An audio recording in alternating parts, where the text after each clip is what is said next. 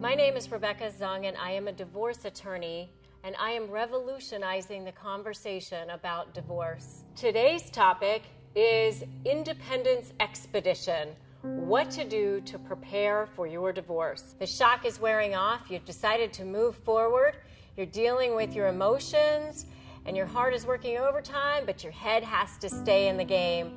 The great paradox in divorce is that while you're overwhelmed with the flood of emotions, dealing with one of the most difficult transitions you'll ever have to experience, you also have to think more clearly than ever, because your choices and actions during this time will impact you for the rest of your life.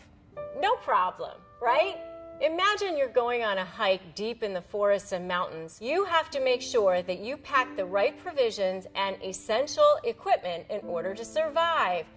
The process of divorce will often feel like survival. So it's time to pack your bags. This is a bag of knowledge, your survival kit.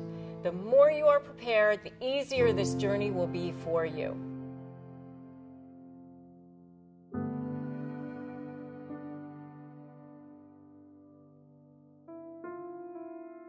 So what will you need in your kit? Number one, take stock. Review every asset and liability you have. Get intimately acquainted with your financial picture. Find out whose name your assets are titled in, including bank accounts, real estate, automobiles, everything. Your job is to become a sleuth and gain as much information as you possibly can. Find out what assets are in your name, your spouse's name. Identify all debts that you have and that your spouse has, including outstanding mortgages for any real estate that you or your spouse hold, and whose names they're in. You might want to check your credit to confirm that it accurately reflects your liabilities. And make sure you make copies or take a photograph with your smartphone of every shred of financial information that you can lay your hands on. Number two, open bank accounts.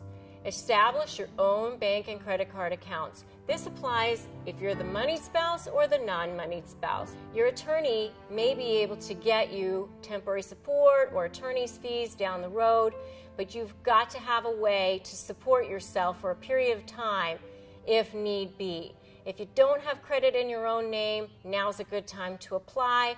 Just apply for a small credit card. That's an easy way to start establishing that. Number three, calculate your living expenses. Whether you want to get alimony or avoid paying it or child support, you still need to determine your true cost of living. This includes all your home expenses, your utilities, car expenses, groceries, grooming, dining out, even your pets. Every dollar you spend will count in a divorce. Number four, so budget accordingly. You need to know how much you're going to spend during the divorce and also post-divorce. You and your attorney will want to project what your expenses will be after the divorce so that you can plan for that. Number five, examine your estate plan. Know what your current estate plan provides for you. Whether you have a formal estate plan or just a simple will, make sure to get copies and review who you've given power of attorney to, who you've designated as your health care surrogate, your executor, your beneficiaries, because you may want to change those prior to filing for divorce. Once a case is filed, some courts issue orders precluding changes during the pending action. Number six, determining your digs. What are you going to do about your living situation? If you own a home jointly and you want to sell it or let your spouse remain there, then you can leave. On the other hand, if you want to keep the home to live in during or after the divorce, or the home is in your spouse's name, moving out could greatly impact your chances of getting exclusive occupancy of the home while the case is pending. Number seven, really important, change your passwords. Start changing your passwords to your email, your Facebook, financial accounts, and anything else requiring passwords. There are many horror stories out there about people who haven't changed their passwords. So change your passwords. Number eight, rally support. Make sure you get a good therapist that you feel comfortable with, or speak to your church pastor. And also make sure that your friends and family are going to be supporting you during this period.